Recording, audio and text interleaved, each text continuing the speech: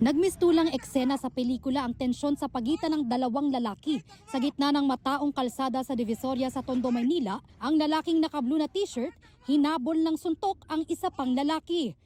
Paulit-ulit pa niyang itinumba ang motorsiklo na pag-aari ng kanyang nakaalitan. Ang pinag-ugatan nito, ang suspect po natin ay naingayan po sa busina ng motorsiklo saka ng mga jeep. Ay para naman po siya, sir, gawa ng yung jeep po na una sa kanyang yung sinasakyan kong jeep ay busina po ng busina. Sinabihan ko po, gusto mo bang magmadali? Lagyan mo ng pakpak at paliparin mo. Doon po siya nagalit. Tapos pinaakyat niya po, ninahamon niya ako. agad namang rumesponde ang pulisya pero tila hindi natinag ang suspect. Nagtangka pa raw ang suspect na agawin ang baril ng pulis. Itinulak din niya ang isa pang motorista na itatabi lang sana ang nakatumbang motor.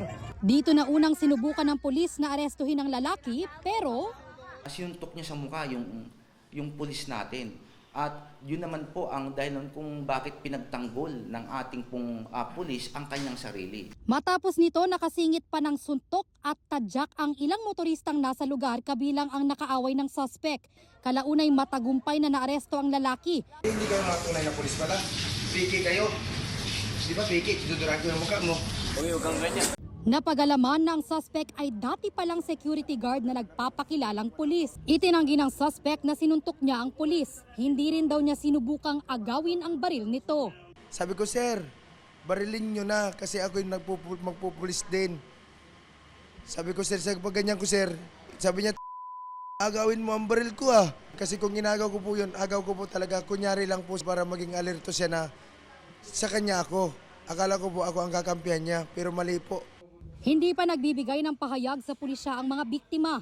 Patong-patong na reklamo ang kakaharapin ng suspect. Alarm and scandal, resistance and disobedience to a person of authority, usurpation of authority at direct assault. Para sa GMA Integrated News, Bea Pinlac, Nakatutok 24 Oras.